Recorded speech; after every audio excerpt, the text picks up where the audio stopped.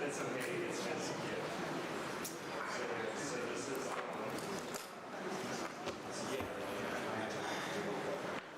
So I'll be into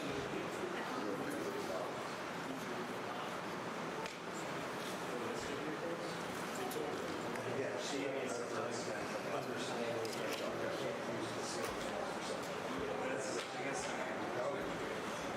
So this is where I'm gonna do.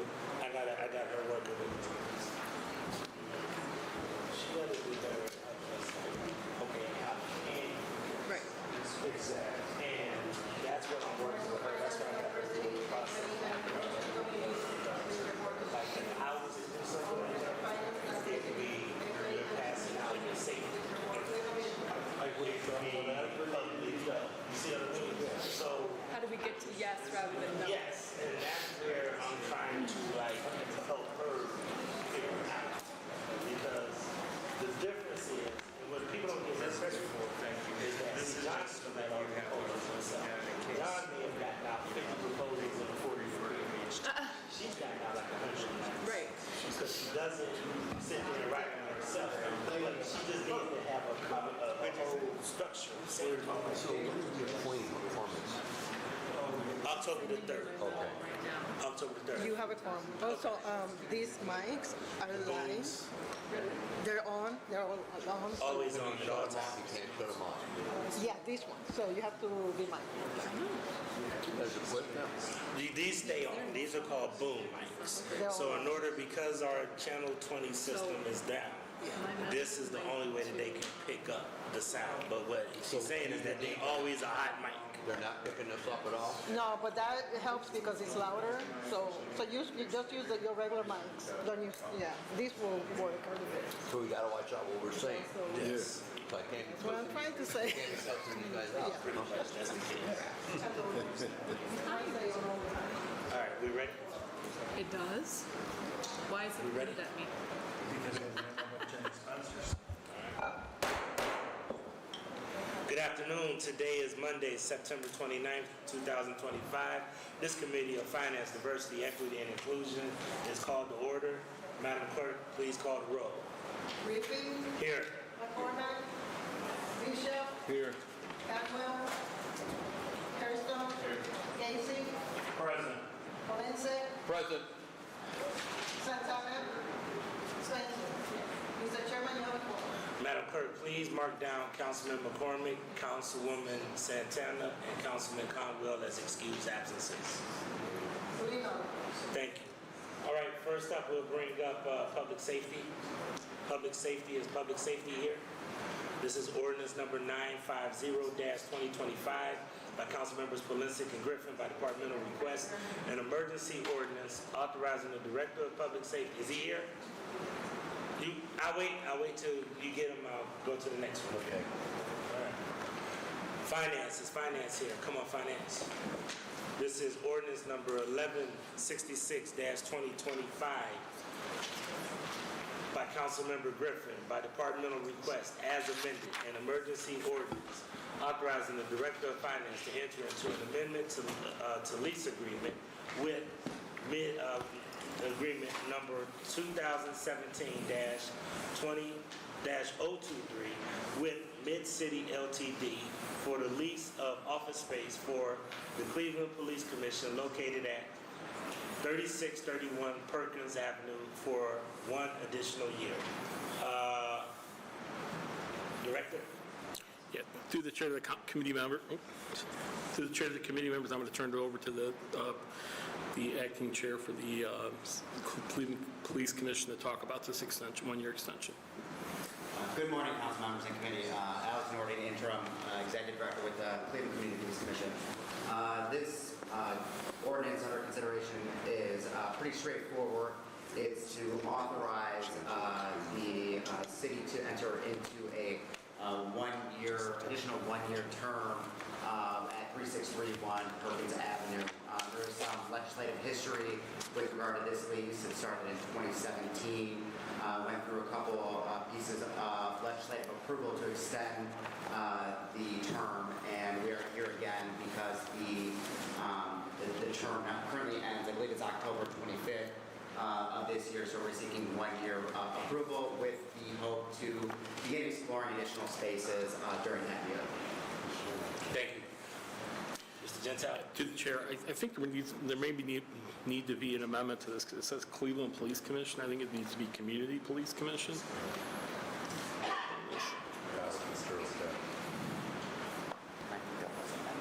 Has that been amended? It might be right. Community. It should be Community Police Commission. All right, I'll let Councilman Pelosi make a motion and we'll go from Okay, there. thank you. All right, Councilman. Yes, Mr. Chairman, I would move that the language be changed to Community Police Commission within the ordinance. All right. Actually, you know what? The amendment are located, and I'll just read it in because actually we have already made the amendment. There is no legal objection to Okay. this legislation if amended as follows. 1, in the title, line 5, and in the first whereas clause, line 3, strike Cleveland and insert community. This was dated 9/25/25 by Louis Smoot III, Assistant Director of Law. Thank you. All right, thank you. I do believe Councilman Polensik has a question. Yes, Mr. Chairman, and with the, is it acting, you're acting Interim. interim. Would you please spell your last name? N-O-U. N-O-U. R-E-D. R-E-D. D-I-N-E. Another D? Correct. D-I-N-E. And how would you pronounce that? Nordine. Nordine. Okay. So to Mr. Nordine, you are interim director for the Community Police Commission. Through the chair, yes, sir. Okay. So going to back to the legislation that is in front of us, and I have another question. But has there been any effort made, and I'll say this to you, but also to Mr. Gentile, was there any effort made to possibly find civil space in the city building?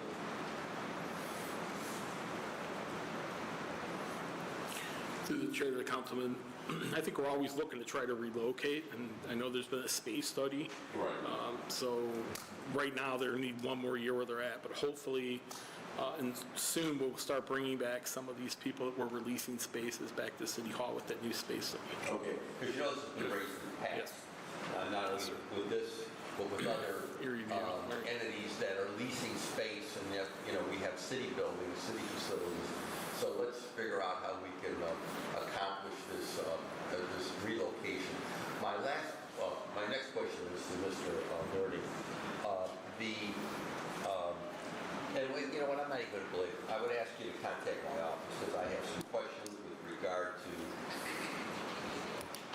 We're waiting almost 2 years for the Cleveland Police Department to have commanders certified or ratified by the commission, which I don't understand why it has taken so long. Division of Police District Commanders. I don't understand it for the life of me, why it has taken so long. And someone's going to have to explain this to me. And at some point, I hope to have you before the committee. And then tomorrow at 2 o'clock, the federal monitor is going to be. So I'm hoping that there's somebody going to be in attendance from the Community Police Commission as well, not to participate, but to be in the audience to hear the presentation of the federal monitor. I'll leave it at that, Mr. Chairman. Thank you. Thank you. Councilman Brian Casey. Thank you, Mr. Chairman. Mr. Chairman, to the interim director. In the executive summary under the price, we've got 2 different units that were rented, correct? Through the chair, that is correct. Okay. And then it also says, plus utilities and trash removal. So are we paying for trash removal just one lump sum, or are we paying trash removal? Because I'm assuming that the business or the building just has a bin, right? This is out back and somebody comes and picks it up. So are we paying twice for trash removal, twice for utilities? Through the chair, no, we're not paying. It's a singular fee, so it's not double. All right, so if the Community Police Commission is only paying $1 once a month for trash removal, once a month, just one of them. My understanding that is correct.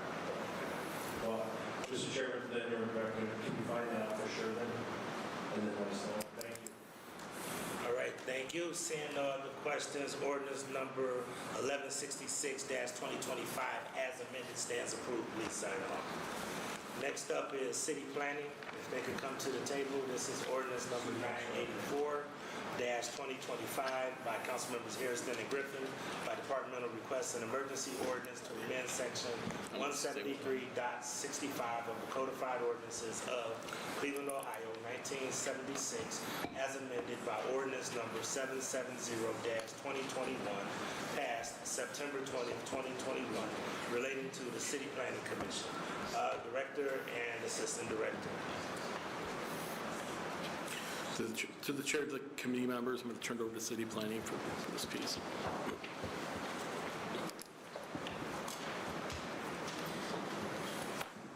Okay, so we are here today to request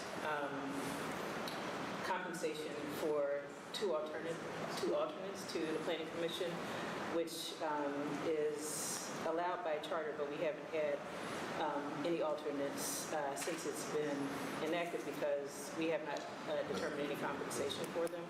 We currently have 7 members on the commission. Very often we have difficulties getting quorum because of the fact that people may have some sort of involvement in different projects, whether it's financial involvement or on the board.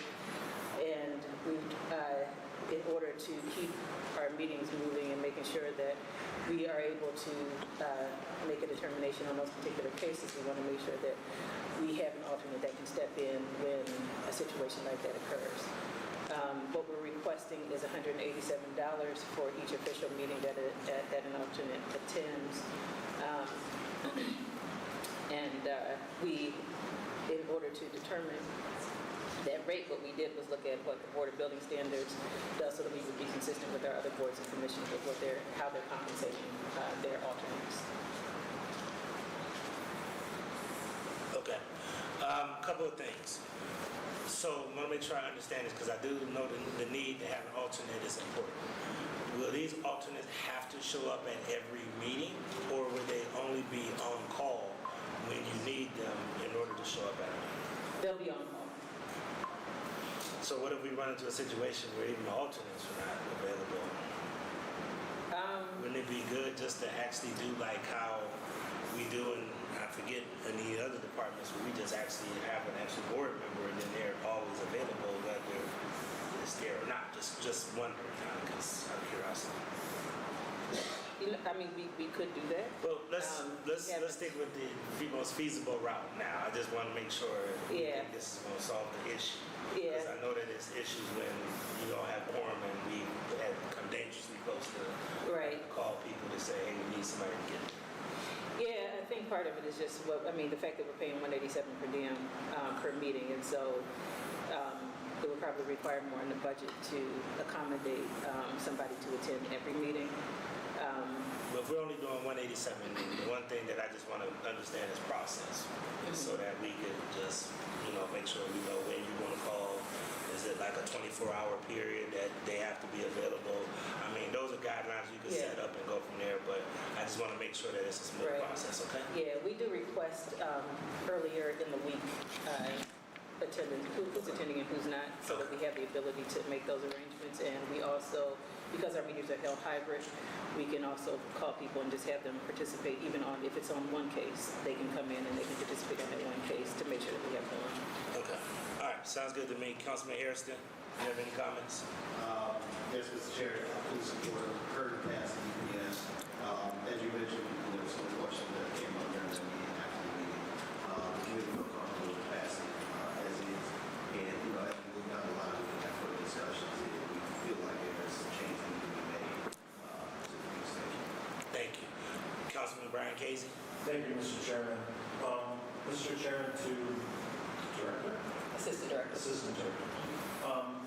What do the planning board right now, the current $7? Is it the 12,000? 8,000 something. It's about 8,000, yeah. 8,700. 8, right. And that's for, I'm sorry, it's 8,963. Yeah, and then the chairman makes an additional 575. and then it's set at that rate because of the PRS. Correct. I remember going through that whole thing, raising everybody. So would this 187 accumulate to if somebody is there every week, right? Because the planning commission has a hard time. If there's one of these two alternates are there every week, would it still set them up for the PRS earned credit?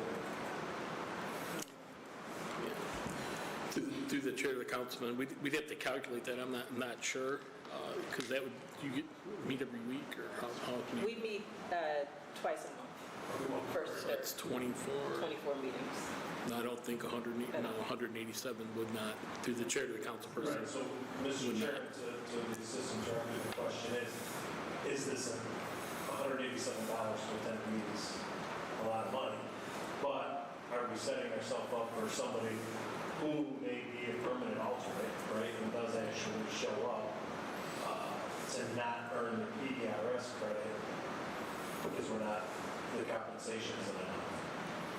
Yeah, so we're not asking them to attend every meeting, just the meetings that are where we don't have quorum, which Mr. Chairman, It's not- Assistant Director, okay, I sorry. completely get it, but I've also been to a number of planning meetings where we needed more bodies, right? So I'm just asking that question, is this $187 enough to incentivize somebody to show up for the meeting, Mr. Chairman, for the Assistant Director? If the regular board members are making more than that, right, I hear what you're saying. right? I mean, why would this incentivize somebody to show up?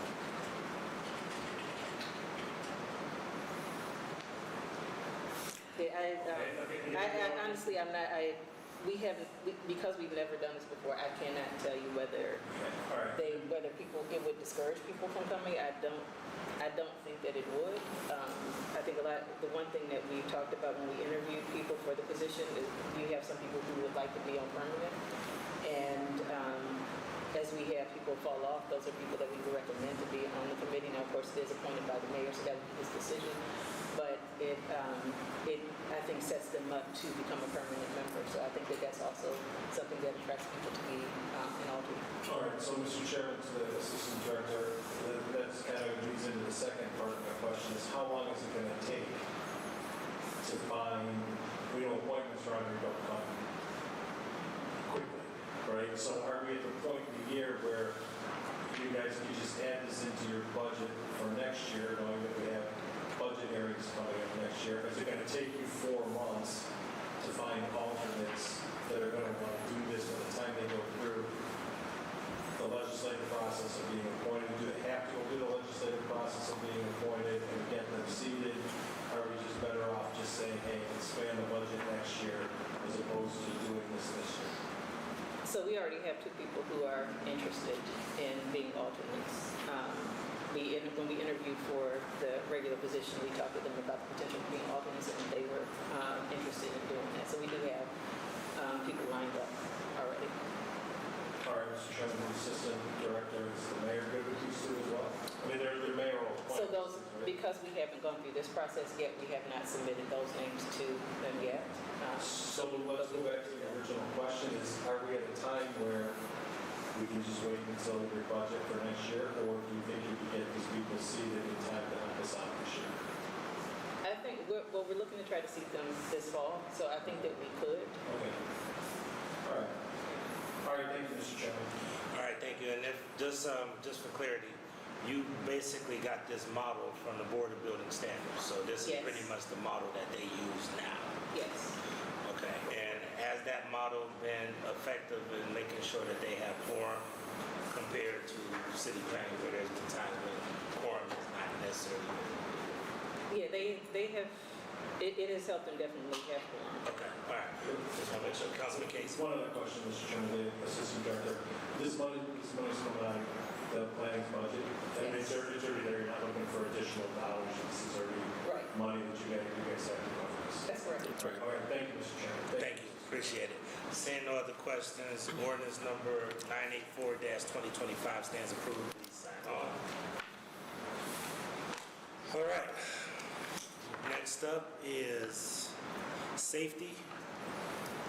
Ordinance number 950-2025 by Council Members Pelisic and Griffin by departmental request, an emergency ordinance authorizing the Director of Public Safety to apply for and accept a grant from the Ohio Department of Public Safety for the FY 2026 Impaired Driving Enforcement Program and Selective Traffic Enforcement Program.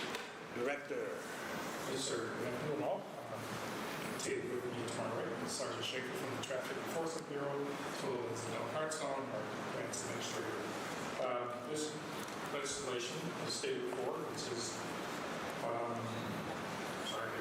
this legislation will authorize me, the Director of Public Safety, to apply for and accept a grant in the amount of $46,054.10 from the Ohio Department of Public Safety for fiscal year 2016 Impaired Driving Enforcement Program and Selective Traffic Enforcement Program.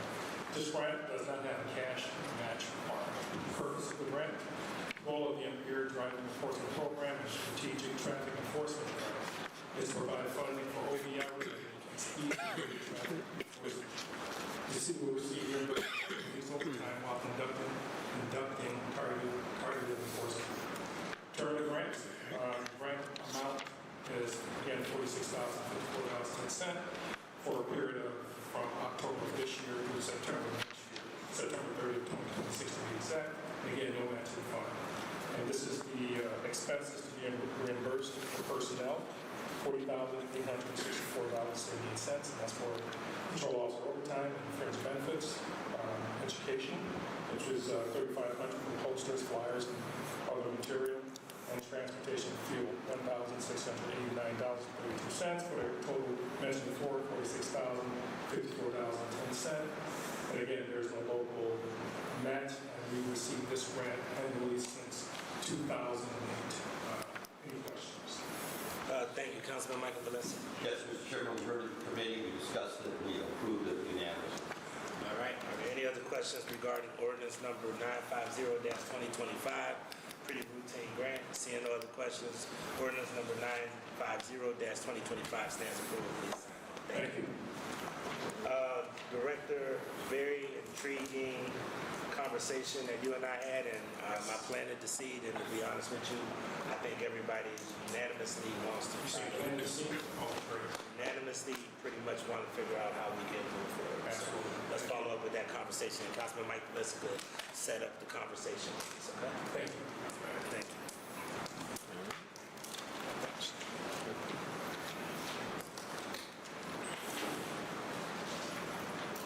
All right. These are from Municipal Services Committee. First up is ordinance number 846-2025 as amended by Council Members Bishop and Griffin by departmental request.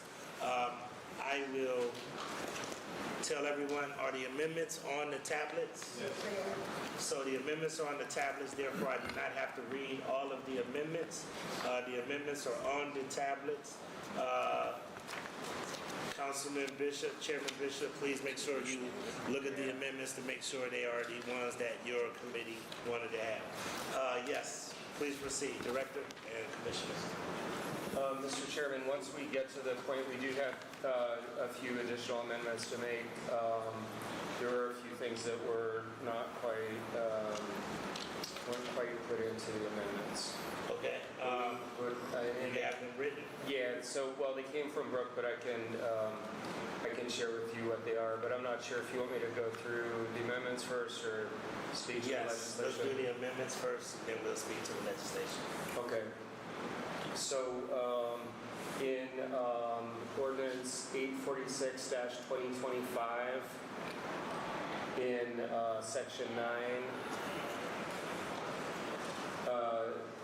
there was language added towards the bottom, appropriate available bond funds, and it should have been appropriate available bond or note funds.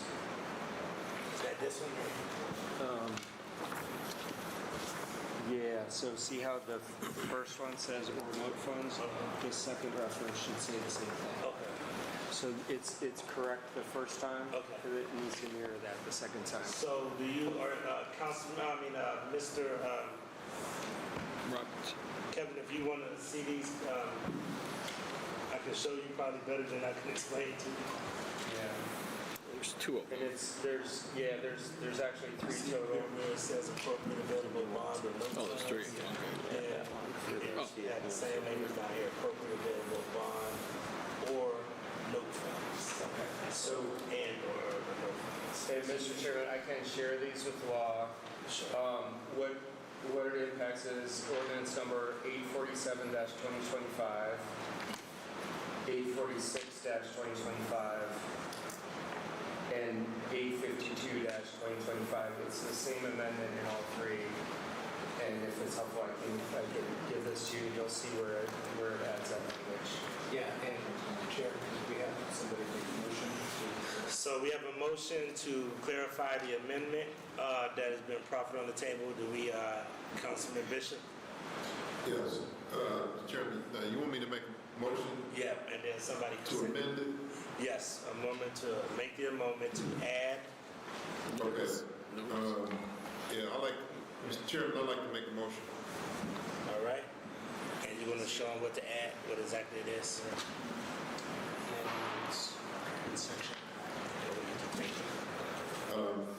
Yes, I'd like to make a motion that in section 9,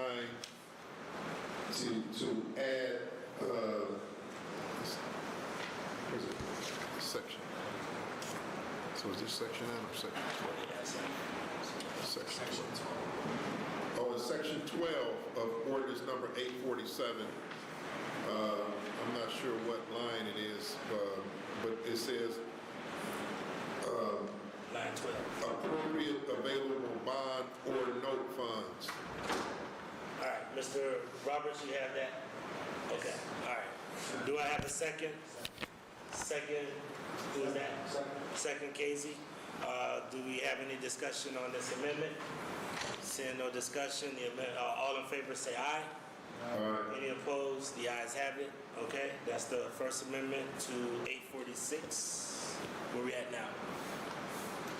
Okay, Mr. Chairman, I'd like to make an amendment to ordinance number 846, 2025. Okay. In section 9, I think it's line 14,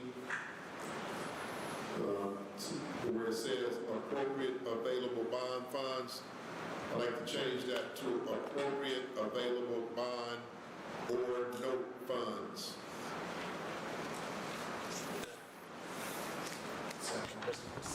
We have a motion that's been moved and seconded. Do we have any other questions? Seeing no other questions, all in favor say aye. Any opposed? The ayes have it. All right. All right, Mr. Chairman, I'd like to make a motion to amend ordinance number 852, 2025. Okay. In section 4, line 2, or it's the first line, continue on line 2, it says appropriate available bond funds. I'd like to strike that and add appropriate available bond or note funds. Okay. Do I have a second? Councilman Casey has a second. It's moved and seconded. Are there any discussion? All in favor say aye. Aye. Any opposed? The ayes have it. Amendments carried. Now you can talk to the legislature. 846 first. And once again, I won't read all the amendments. The amendments are on your tablets, and we have moved and passed all the amendments. But this is ordinance number 846-2025 as amended by Council Members Bishop and Griffin by departmental request, an emergency ordinance determining the method of making the public improvement of designing and constructing or constructing, rehabilitating, renovating, replacing, or otherwise improving public facilities, buildings, and other similar structures, including site improvements and purposes, and authorizing the Director of Public Safety, Public Works, or Capital Projects as appropriate to enter into one or more public improvement contracts for the making of the improvements, enter into one or more professional services and other contracts needed to implement the improvement, to apply apply for and accept grants and gifts, and authorizing the direct employment of the necessary labor for the Department of Public Safety, Public Works, or the Office of Capital Projects. Director. Mr. Chairman, thank you for reading the ordinance in. Would it be okay if I review all the ordinances at the same time? Yes, all of these are companion pieces. They are, sir. So then let me do my due diligence to read them all into the record. And then once I read them all into the record, then you can speak to all of them, okay? All right, the next one is ordinance number 847-2025 as amended by Councilmembers Bishop and Griffin by departmental request. An emergency ordinance determining the method of making the public improvement of designing and constructing, rehabilitating, renovating, replacing, or otherwise improving recreation facilities, ancillary recreation buildings, parks and playgrounds, and other similar structures or amenities on city-owned and city-leased park property, including site improvements and appurtenances, and authorizing the Director of Parks and Recreation, Public Works, or Capital Projects as appropriate to enter into one or more public improvement contracts for the making of the improvements, enter into one or more professional services and other contracts needed to implement the improvement, to apply for and accept grants and gifts, and authorizing the Director direct employment of the necessary labor for the Department of Parks and Recreation, or Public Works, or the Office of Capital Projects. Next one is ordinance number 848-2025 as amended by Councilmembers Bishop and Griffin by departmental request. An emergency ordinance determining the method of making the public improvement of designing and constructing rehabilitating, renovating, replacing, or otherwise improving roadways, streets, bridges, sidewalks, and other similar projects, including site improvements and appurtenances, and authorizing the Director of Public Works or Capital Projects as appropriate to enter into one or more public improvement contracts for the making of the improvements, enter into one or more professional services and other contracts needed to implement the improvement, to apply for and accept grants and gifts, and authorizing the direct employment of the necessary labor for the Department of Public Works or the Office of Capital Projects. Next one is 852-2025 as amended by Councilmembers Bishop and Griffin by departmental request, an emergency ordinance authorizing the purchase by one or more standard and requirement contracts for the purchase, lease, or lease with option to purchase of various heavy-duty trucks and equipment for the various divisions of city government. Next one is ordinance number 853-2025 as amended by Councilmembers Bishop and Griffin by departmental request, an emergency ordinance authorizing the purchase by one or more standard and requirement contracts for the purchase, lease, or lease with option to purchase of various light-duty vehicles and equipment for the various divisions of city government. That one's separate. Okay. Yeah. All right. So these are all of the companion pieces that deal with the CIP. Director, please proceed. Thank you, Mr. President. So if Finance Committee recalls, last Monday we were at Finance Committee to pass ordinances related to the bonding or the notes that would be needed to fund a list of capital projects. And today we're here to discuss what that list of capital projects are. We did review with the Municipal Services and Properties Committee this morning, and so we're bringing that to you today. And as a reminder, the list that we have before you today, the dollar amounts match exactly with what we presented last Monday from Finance Department for their legislative authority for bonding and notes. I wanted to start with a couple of slides. I'm not going to do this whole PowerPoint, but a couple of slides. This is the presentation that I gave back in April at the Municipal Services and Properties Committee. All council members were invited to attend. Letters were put in the boxes. I know, Council President, you attended for that. And so the reason I'm showing the previous PowerPoint is just to show you that this is all a continuation of what was presented in April. Legislation was introduced in May, and then we're here today to pass and hopefully pass the amended legislation. As a reminder, what qualifies for a capital project? the improvement has to have at least a useful life of 10 years. So that could be new construction, it could be any of the engineering or architectural services that goes into a new construction project. It could be the purchase of equipment that has the useful life of at least 10 years, or it could be capital maintenance with, again, useful life of 10 years. Not regular maintenance, but capital maintenance. So there's a difference between fixing a part in a boiler and then fixing the whole boiler itself. And then a reminder that there's generally 4 types of bonds that relate to the capital budgeting process for the general fund. Usually they fall into these 4 buckets: facilities, recreation, and I'll have a reminder here that recreation centers, even though they are facilities, they fall under the recreation bonds. Road and bridge bonds, which I think most council members are aware of, but that also includes any 50/50 sidewalk program, tree damage sidewalk programs, and then cemetery bonds. Now, we did have one project proposed for cemetery bonds that did not make the short list of projects that we could either encumber or for equipment purchase this year. So we did ask that the cemeteries legislation be tabled. So that's why you don't see that before you today. And then a reminder of what the capital improvement plan process looks like. A reminder that we solicit projects from both departments and City Council.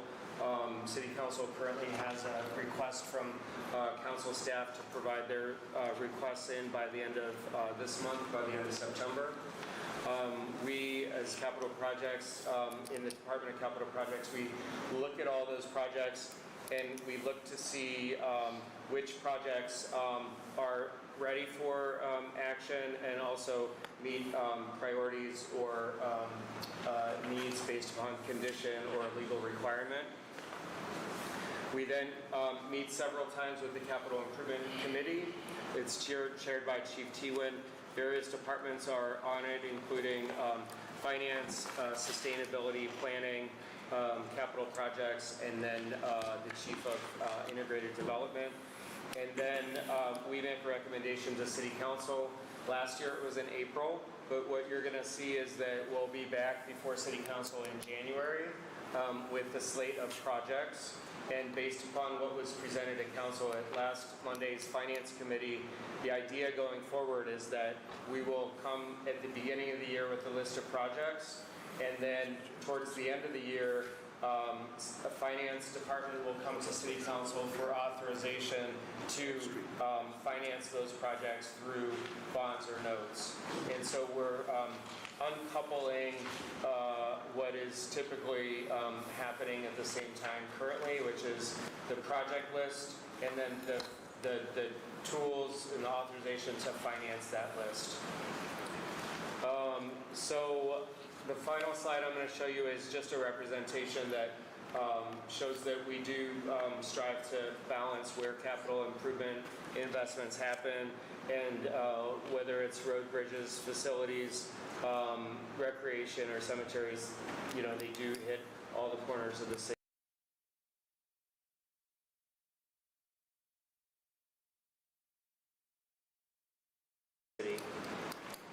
With that, one is a 3-year capital improvement plan, which you're looking at, Council President, with the orange bar on the top. And as you requested last week, you had asked where the 3-year plan was. And you'll see that what we did for 25 is the only projects that are highlighted for the 2025 proposed budget are those that we can either encumber or purchase that asset in the remaining months of this year. All of the rest of the projects are proposed to be carryover projects that would be on the 2026 capital improvement plan. So I would highlight that there are projects in most wards that are being carried over into 2026. Those projects would remain, but then we would add projects from this 2026 proposed budget. Not all of them, that's way too much to budget for, but we would go through an analysis, as I mentioned, in this circular pattern to come up with a proposal that we will come back to City Council with in January. So there's another handout with yellow that looks similar to this with a yellow column. This just highlights which projects are in the yellow column are the ones that are proposed for 2025. And yes. What does it say, Mr. Chairman, what does it say up on top? So we know which one we're looking at. Yes, it says 2025 CIP request. Yes. Page 1 relates to recreation facilities and the ordinance related to the recreation bonds. So the 3 projects that we can encumber or purchase for this year are the Lonnie Burton Recreation Center, the Rec Center fire alarm replacement at Alexander Hamilton, and then the Rec Center kitchen upgrades. So that's $5,280,000 for recreation. Oh, sorry, $6,280,000. Thanks. I put my glasses on for that. Then facility bonds, if you flip to page 2, the projects that would remain for 2025 are EMS-based furniture, police ballistic vests, turnout gear, which is the safety protection for firemen, police headquarters. Reminder, this is the final line item related to police headquarters that's outside of what the developer is building for us. This is for furniture moving, AV security, equipment, things like that. The new SWAT headquarters at $7.5 million. A reminder that was on the list previously, and that money was swapped out for the Gateway project. You have fire headquarters basement, firehouse appliances, a variety of different firehouses, and then public facilities, fire alarm replacement at fire stations. If you flip to page 3, which is the road and bridge bonds, the items that would remain on the 2025 list would be the 50/50 Cleveland Division of Water Streets, and a reminder that's so that we can go curb to curb when they're replacing a water line. The tree damage sidewalk program, general engineering services, which supplements our staff with engineering services. Street resurfacing for the $8 million, that was the additional $8 million that City Council requested for residential street resurfacing. $1 million for major bridge repair. And then we have 3 items for Division of Streets to purchase. One is controller cabinets. The second one is pavement marking erasing machines. And then the third are barricades and cones. The next one is for crack sealing. And then we get to a few specific projects. One is the Morgana Run Trail, also known as the Booth Avenue Extension. And then the North Marginal Connector Trail, which is the trail under construction from East 9th to East 55th Street. And those add up to $13,045,000. And then finally, if you go to page 5, we have light vehicle acquisitions in the amount of $2,690,000 and heavy vehicle acquisitions in the amount of $1,290,000. And we did adjust those numbers, and Assistant Director Chambers does have an amendment related to the specific list of vehicles that's in the legislation. Shall I speak to that? Yes, please. Right, so you'll see a list in front of you. It says final September 29. That's the one we are actually working from. This is amending the previous legislation, which has a list placed in it, which has some numbers there that we are looking to remove. We needed to make sure that our balance of vehicles requested matched the balance request for the bonds. So for heavy vehicles, as mentioned before, that total is $2,690,000. So if you check your list that you have in front of you, you will see there's a column for heavy vehicles. The heavy vehicles requested for a waste collection is a transfer station loader at $600,000. For streets, it is another loader at $300,000. For property management, there's an aerial bucket truck at $210,000. And then there is a truck type van in traffic engineering for $140,000. I'm sorry, I skipped the 40, sorry. And then miscellaneous equipment under streets at $40,000. So that gives us for heavy equipment a total of $1,290,000. For light equipment, the total for that is $2,690,000. Those vehicles requested for purchase is a light truck pickup at 3 of those at $240,000. A light truck pickup 6 at $432,450. A truck cargo van, 3 of those at $195,000. Medium truck rollback carrier at $150,000. Passenger vehicles, 6 at $180,000. A light truck, $35,000. Then we move on to streets, which has a request also for miscellaneous equipment, light at $280,000. Recreation, a passenger vehicle at $25,000. For recreation is also requesting 2 passenger vans at $120,000.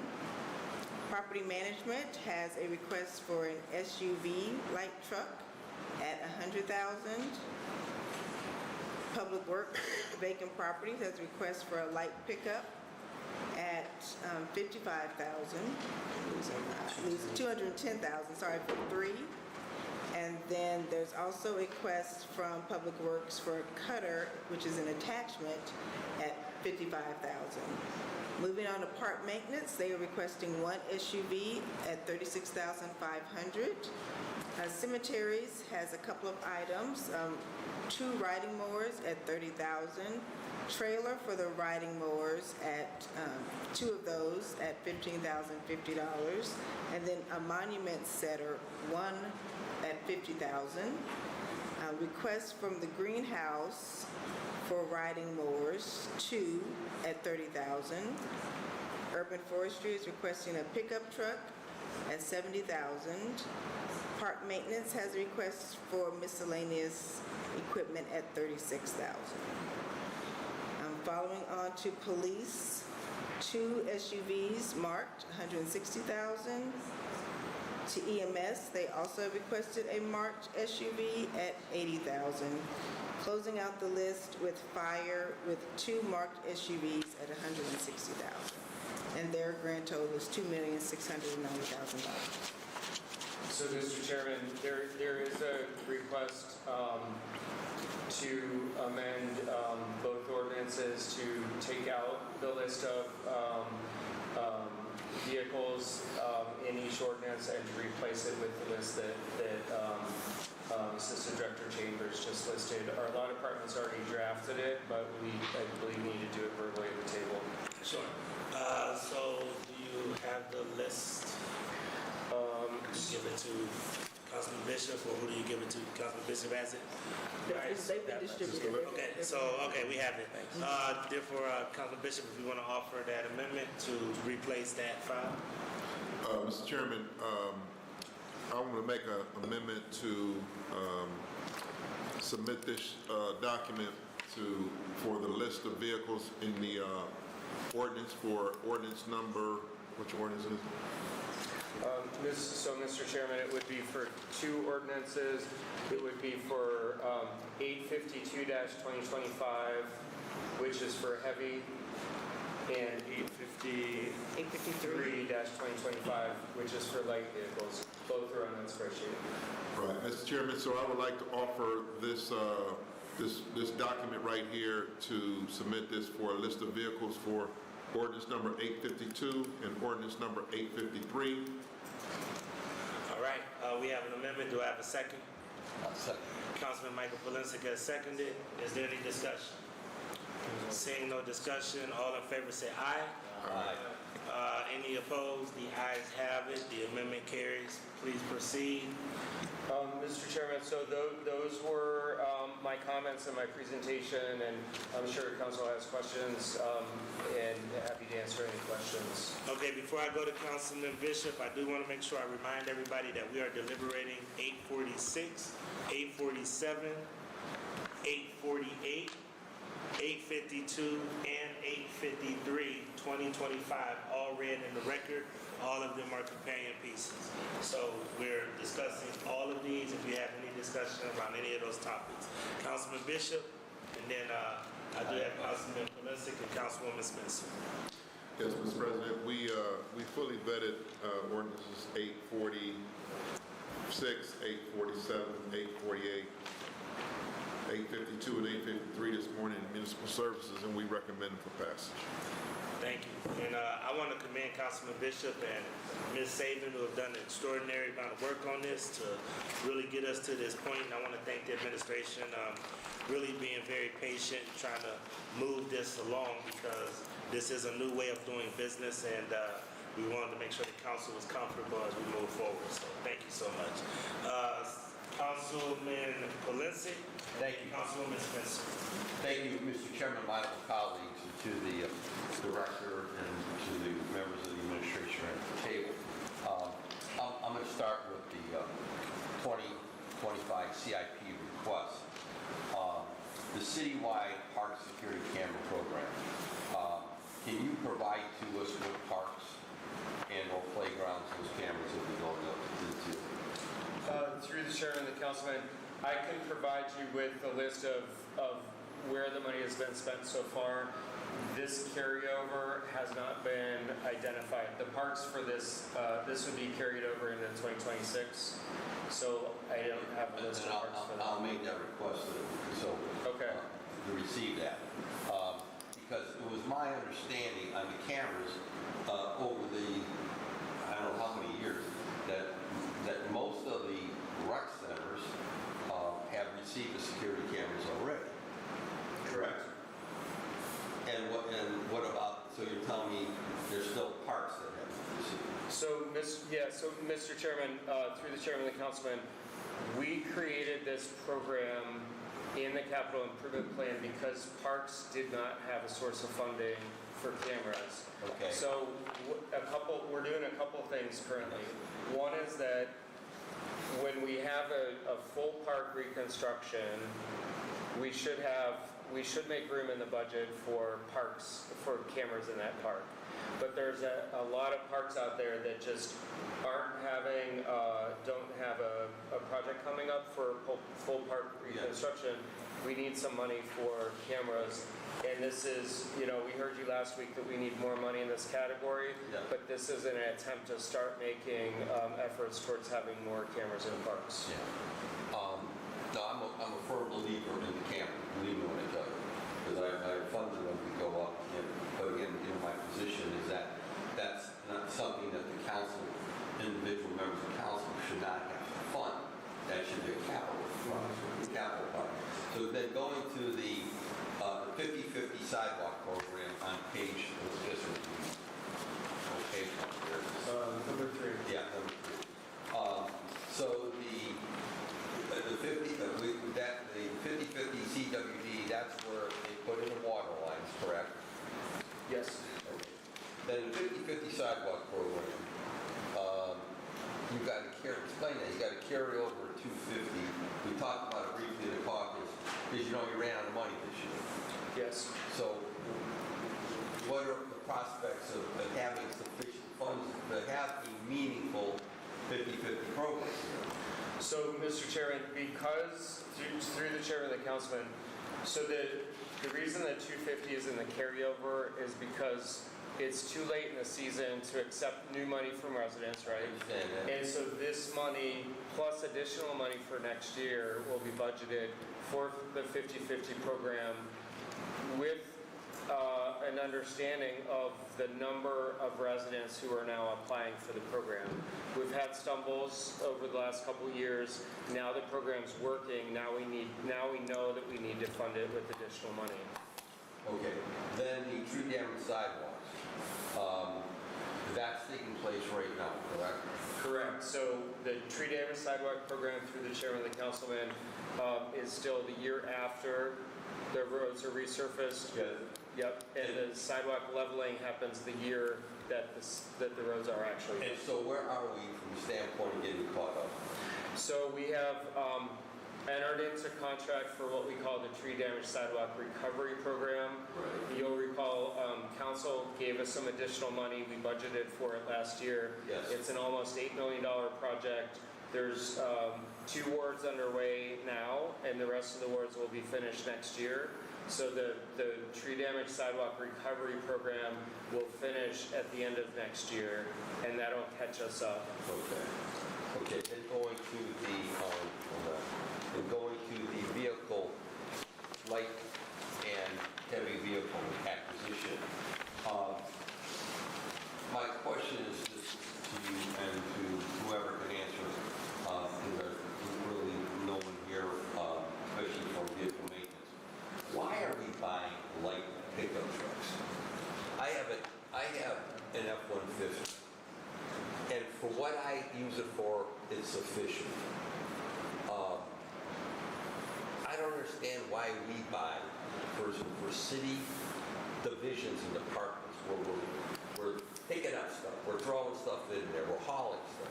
Why are we buying light pickups? Why aren't we buying 250s or the Chevy equivalent to 2500, or I don't know what the Dodge or equivalent is, but why are we buying a heavy vehicle that's going to last long? I do not have that answer. So through the chairman and the councilman, we did have the commissioner of DMV this morning. We did not think to invite him today, so I apologize. I just think, again, Mr. Chairman, I think we have to think long-term. I believe we have to think long-term. And if a heavier duty pickup is going to last longer than a light duty pickup, I can tell you that right now. The frames are stronger, they have better engines in them, et cetera, et cetera. I would have liked to buy a heavy duty truck myself, but the fact of the matter is, for what I'm doing, it's sufficient. But for city departments and divisions, a 150 or I don't know what the Chevy equivalent is for that, light duty, or again, or Dodge, I don't believe that's sufficient. Let me go back down in here. So the ambulance under EMS, those are the regular green ambulances, correct? Did you say that? Under EMS? Yeah. Yes, correct. Okay. And then let me see what the other question I had here.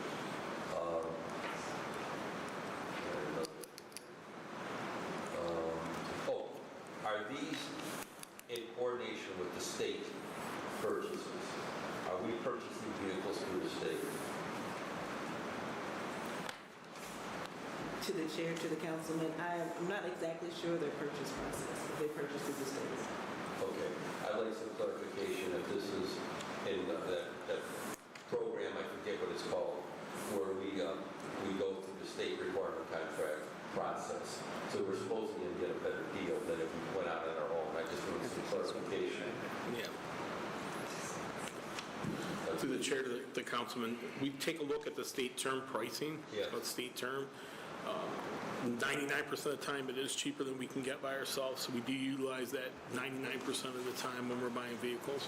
So, okay, thank you. So the 2025 carryover, those basically will take place next year.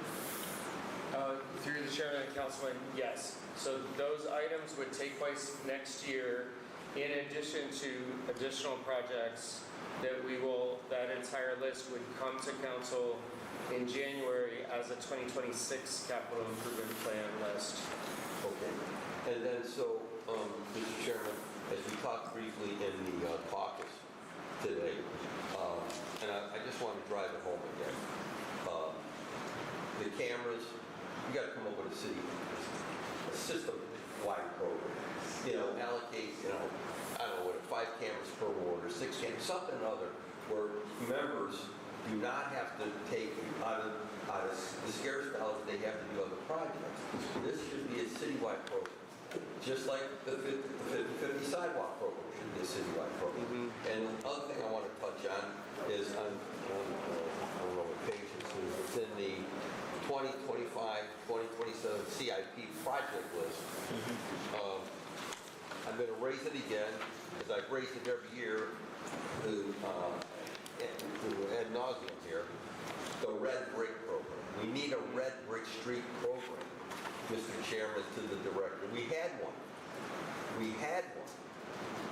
And let's figure out how to re-implement it. We had one. We had an east side group and a west side group working on red brick streets. And where it went, I don't know. But it went somewhere. And if we can go back to that, the red brick streets will last to the second coming if they're repaired on a reasonable basis.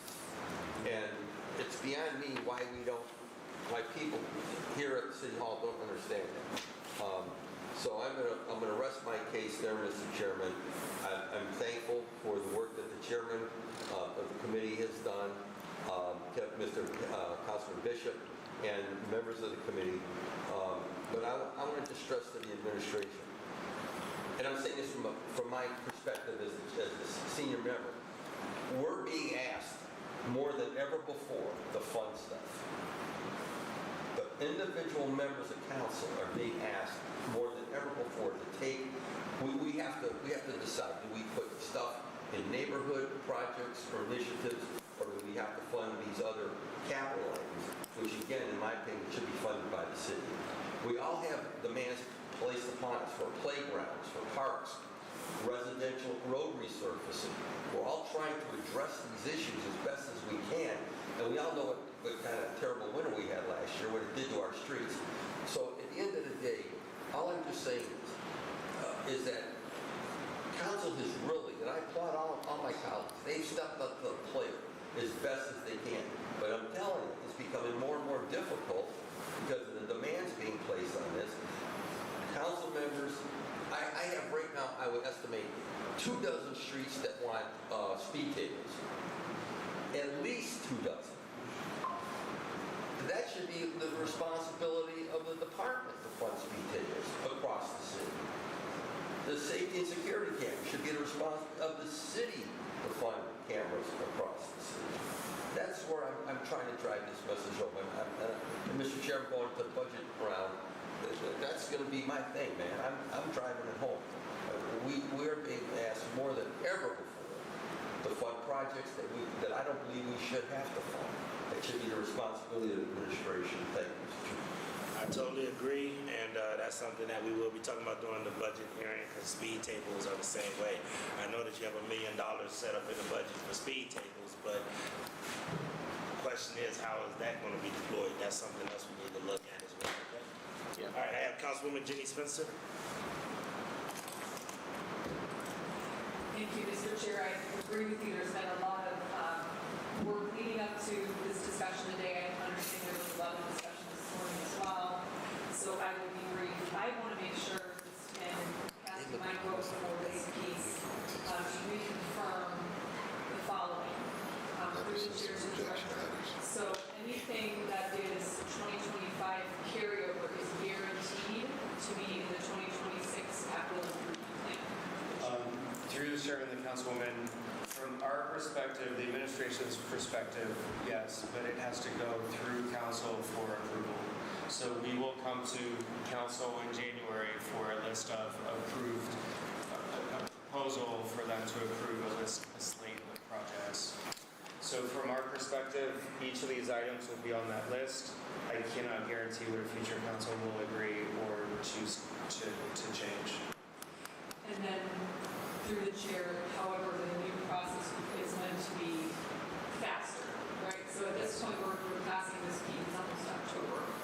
So the purpose of the new process is coming to the new council in January. These projects could actually begin to be implemented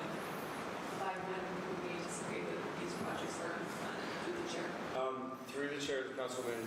Great questions. I don't know that I talked about this this afternoon, so if I could repeat some things that I said this morning for the other council members. So a couple things are happening here. We're trying to get a project list approved at the beginning of the year. The Department of Finance will finance those projects with money that it has from rollover. But what that does is, by approving a project list at the beginning of the year, that gives us the whole construction season, get ahead of it. And what that means is that we're not selling bonds in 1 year to spend it in the next year. So we're kind of breaking this bad cycle where because we know funds are going to come late in the year, you got to get them the year before to spend them in the springtime. So yes, projects will both happen faster, if you will, from when council approves the list, but more importantly even is that you hit that construction season and you're not paying interest on the bonds until we know that we're actually encumbered in a contract or we purchase something.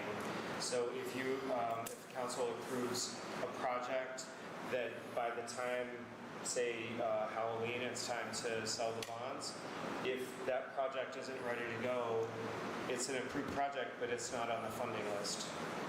So it would be on a future year's funding list, but as we're working towards it. And then another question is, I guess the best way to describe it is related to bonding capacity. So we're moving forward with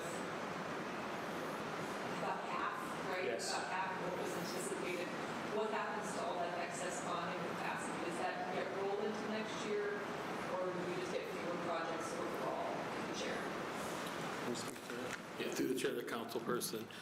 We still have the bonding capacity. We would have had the capacity this year, but we didn't want to issue bonds again and sit on them, start paying interest, not do the spend down. So we will have capacity next year. Next year, with the carryover plus the new projects, it's going to be it's going to be a bigger bond issuance. Again, I just want to highlight what the director said about starting in January. As long as the capital program goes forward the way we anticipate, we will be able to hit the ground running in January with projects. Normally we're in the fall or the next year, so our hope is working with MOCAP and finance on this new program and with council is to start these projects right away. Right now we're in roadway season's about to end, and we're still getting $8 million right now in roadway bonds. We had to front some additional, we had to kind of swap a little bit of money to get the resurfacing done for the $8 million, and we'll have to replace it. That's why it's in here. But we won't have to do that anymore on the new program. We'll be able to hit the construction season in the year that we're in. By the end of the year, whatever bonds we have contracts for. So when we come back with those contracts, we're going to know what the bid is. We're going to have a bid. Then we'll take it to council, we'll get certification, and we'll be borrowing the exact amount that the bid is for that. So we're going to borrow it closer to when we're going to spend the money, and then we're going to spend it down quicker. So it's going to alleviate, A, sitting on money, paying interest, and B, spend down the bonds in a timely manner, which we've had some issues over the years doing. So it's going to really solve a couple problems for the city. So we're looking really forward to working with MOCAP and council to make this work starting the new year and wrapping up this year. Thank you. So I think that really concludes my question. So basically, we're doing fewer than expected bond issue this year, but next year we anticipate a larger bond issuance than may have been typical because we're doing carryover projects. Is that accurate? Yep, through the chair of the council person, that's exactly correct. Correct. I'm comfortable moving forward, Mr. Chair. Thank you. Thank you. Just out of curiosity,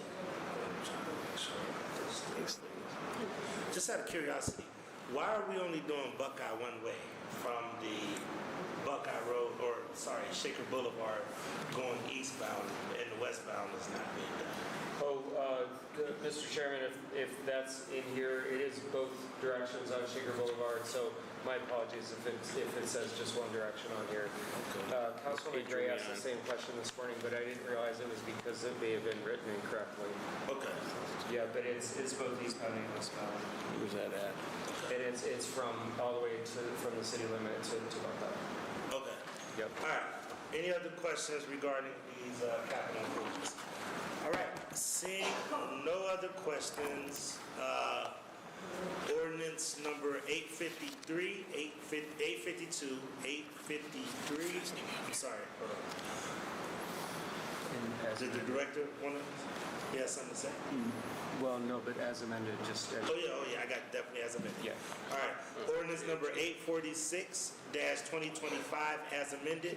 Ordinance number 847-2025 as amended. Ordinance number 848-2025 as amended. Ordinance number 852-2025 as amended. And ordinance number 853-2025 as amended. Stand approved. Please sign on. Thank you. Thank you. And once again, thanks everybody for all the hard work, Councilman Bishop, Chairman Bishop, as well as Ms. Saban and all of the administration. Thank you. Need us, right? No, you're good. Yeah. Thank you. Got one more piece of finance, I believe.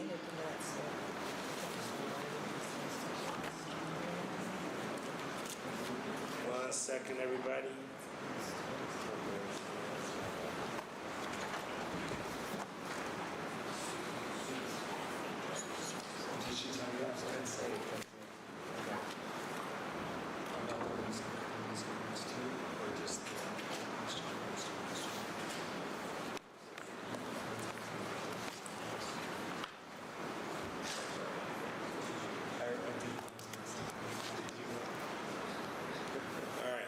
Okay.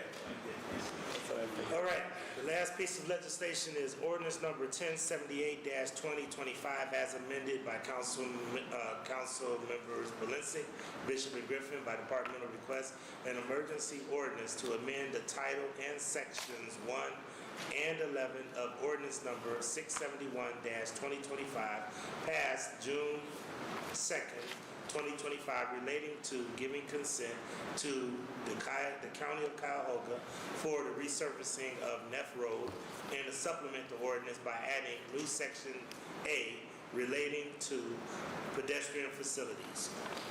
And I will read the amendment. It says there is no legal objection to this legislation if amended as follows. 1, in section 3, at new section 6A, line 3, at the end, add the following sentence. The cost of these pedestrian facility improvements shall not exceed $65,000.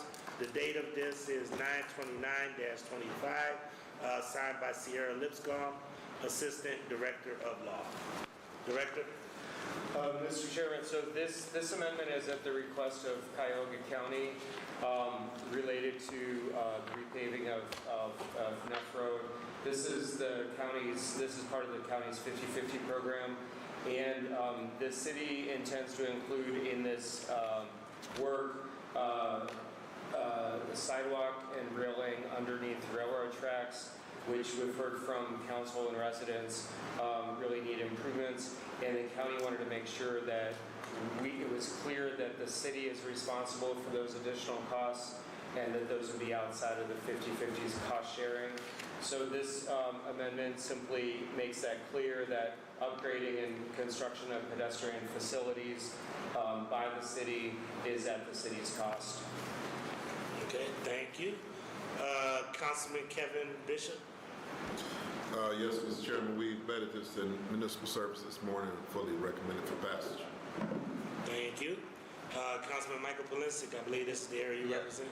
Mr. Chairman, the director's explanation is correct. This is the county, and we have to put in our share, and I urge my colleagues to support it. Thank you very much. All right, thank you. Do we have any more questions regarding this ordinance?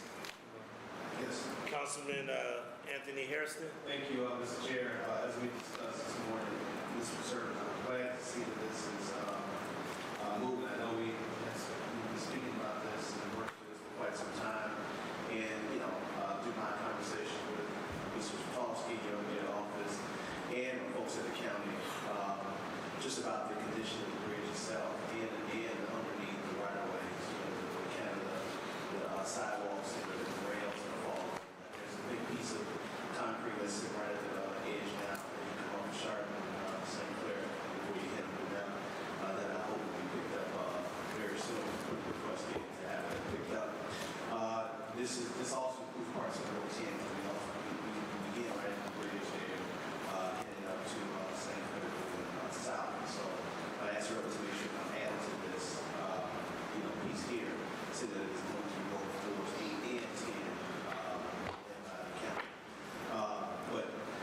CSX, conversations has not really, gone too far. They've been, they listen, right? The conversations I've had with them directly, and also from your office as well, conversations. So hopefully we continue the conversation. The county and state moves in, and our congresswoman, state senators, to join in the conversation and get some additional help with the bridge of Sept. It is in need of a lot of work, and it is cracking, leaking. It's in bad shape. So I hope we really, come down for our partners to say, hey, we need your assistance to get CSS to really, step up and do some of the work we need over the bridge. Thank you, Mr. Chair. All right, thank you. Anything else to add? All right, seeing no other questions, ordinance number 1078-2025 as amended stands approved. Please sign on. Thank you. That concludes today Finance, Diversity, and Equity and Inclusion Committee. This committee stands adjourned until the next call of the year.